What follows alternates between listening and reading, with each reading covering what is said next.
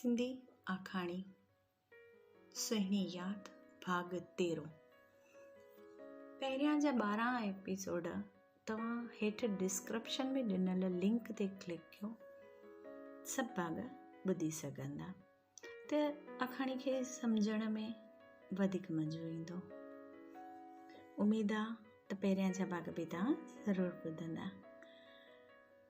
अॻिते वधायूं आखाणी खे। परिवार में काफ़ी अलॻि माहौल थींदो पियो वञे। ज़ाहिर सी बात आहे, घर में हिकु बीमार हूंदो त कंहिं महिल अलॻि मन हूंदो, कंहिं महिल अलॻि मन हूंदो,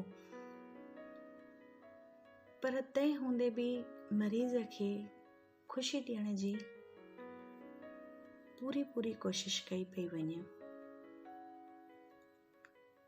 कुझु वक़्तु गुज़रियो, कुझु ॾींहं गुज़रिया।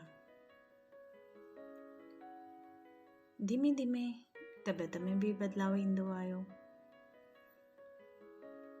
राजा बि पंहिंजे पासे वारे घर में रोटी पाणीअ लाइ अलॻि पंहिंजी व्यवस्था कई।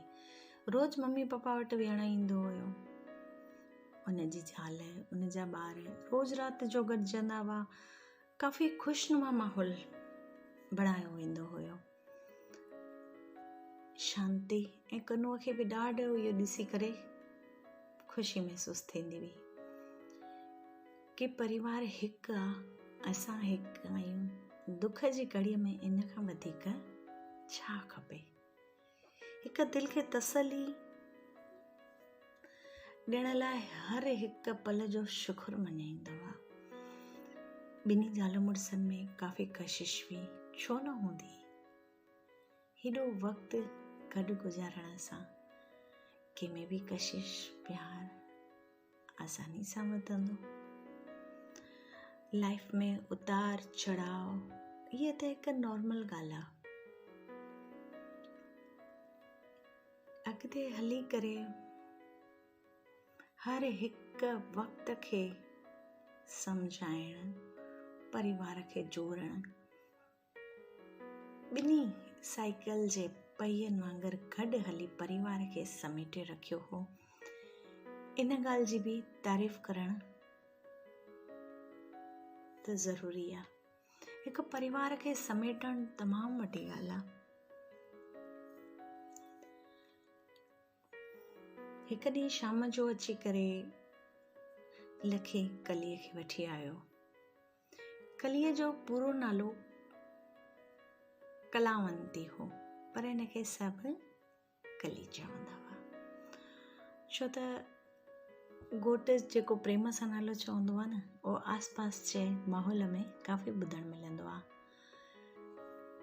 कली शाम जो आई साहेड़ीअ सां मिलण। लखी कनू ॿई आराम सां ॻाल्हियूं करनि पिया। पोइ गार्डन में हली विया। ॿाहिरि वेही करे उन्हनि ॾाढियूं ॻाल्हियूं कयूं। कलीअ बि ॾाढियूं ॻाल्हियूं कयूं। शांतीअ चयो, मां तोखे उन ॾींहुं ॾाढो मिस कयो, ॾाढो। तूं कान आईं। कलीअ चयो, सही ॻाल्हि आहे, पर मूंखे बि कमु हुयो, सो रिकॉर्डिंग जो कमु, उहो बिल्कुलु बि अध में नथी छॾे सघां। हॉस्पिटल में मां काफ़ी बार आई हुयमि, पर कुदरत जो कहर हुयो या विछोड़ो हुयो, इनखे पाण कुझु बि चई था सघूं, पर मिली कान सघियासीं। परियां खां तुंहिंजो चहिरो ज़रूरु ॾिसंदी हुअसि, उमेद बि वॾी रखंदी हुअसि, वापसि गॾिजंदासीं। सचमुच दिलि जी हर धड़कन में हिकु ई दुआ पई निकिरे, पाण वरी गॾिजो। सची भाउ जी त हालत ॾाढी ख़राबु हुई। सिर्फ़ु अखियूं बंदि करे तुंहिंजे चहिरे खे यादि कंदा हुआ। उन प्यार खे उनजी नज़रुनि में ॾिसी पिया सघूं। शांती, पाण ॾाढा ख़ुशि नसीब आहियूं टई ॼणियूं। टिनिनि जा घोट ॾाढा सुठा मिलिया आहिनि। पंहिंजे दर्द खे, दुख खे सभु कुझु सम्झी था सघनि। त शांतीअ कलीअ जो हथु पकड़े चयो, सही ॻाल्हि आहे, केतिरा न ख़ुशि नसीब आहियूं। अहिड़ो प्यारु त नसीबनि वारनि खे मिलंदो आहे न। उन जे पुठियां परिवार बि तमामु सुठो आहे, ॾाढो सुठो आहे। भॻवान करे रहमत बरसंदी रहे। जेको बि पहिरियां जो वक़्तु निकितो कंहिं महिल यादि करे ईअं थींदो आहे त साईं न कंहिंसां अहिड़ो करे। कलीअ चयो, पहिरियों ॻाल्हियूं छो थी यादि करी, सभु बीतजी वियो न। लाइफ में कॾहिं न कॾहिं दुख दर्द एतिरो ईंदो आहे जो पाण हाराए वेंदा आहियूं। कोई सहारो न ॾिसण ईंदो आहे। जे सहारो हूंदो बि आहे त पाण उनखे अॻियां महसूस न करे सघंदा आहियूं। तूं उन ॻाल्हियुनि खे छो थी यादि करी?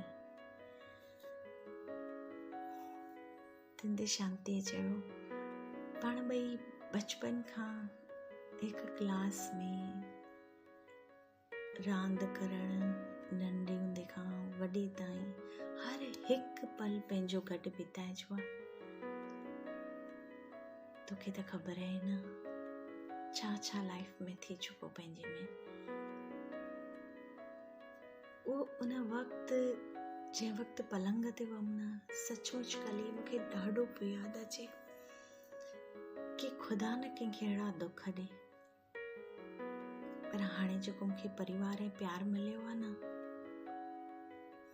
उन में सभु कुझु भुलिजण थी चाहियां, पर तॾहिं बि कॾहिं कॾहिं झलक यादि अची वेंदी आहे।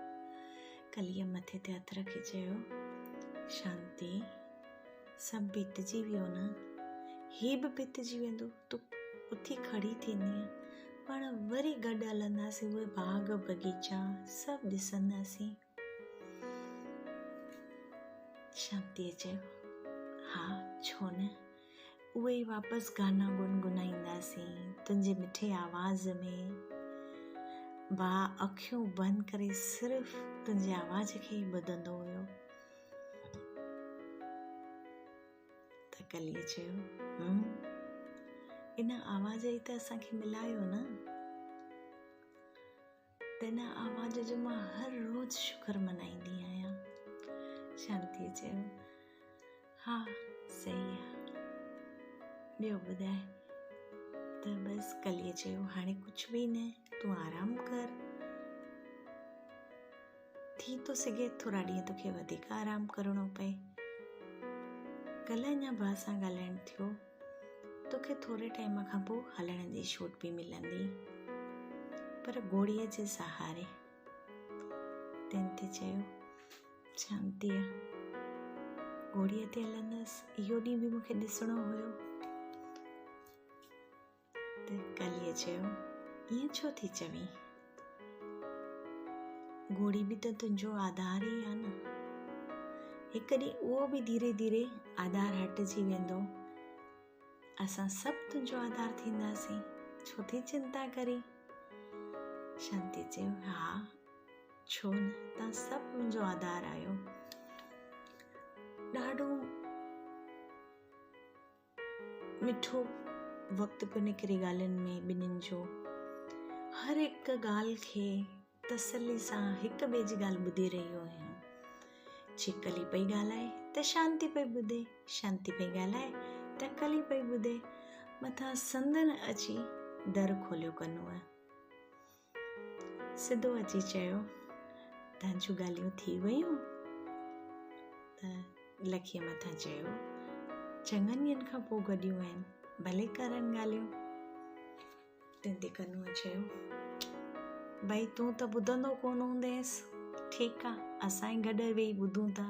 चङो कली, तूं हाणे ॻाल्हाए, असां सभु ॿुधूं था। तंहिंते कलीअ चयो, न मुंहिंजी त ॿुधंदा आहिनि न, मुंहिंजो आवाज़ ई त ॿुधंदा आहिनि, मुंहिंजो आवाज़ ई इन्हनि जी लाइफ आहे, इन्हनि जी ज़िंदगीअ जी पहचान ई मुंहिंजो आवाज़ आहे। मूं ॾे ॾिसनि न ॾिसनि, पर मुंहिंजे आवाज़ खे दिलि जी हर धड़कन सां महसूसु कंदा आहिनि, हा न? प्रेम सां लखीअ ॾिनियारे इहे जुमिला चया।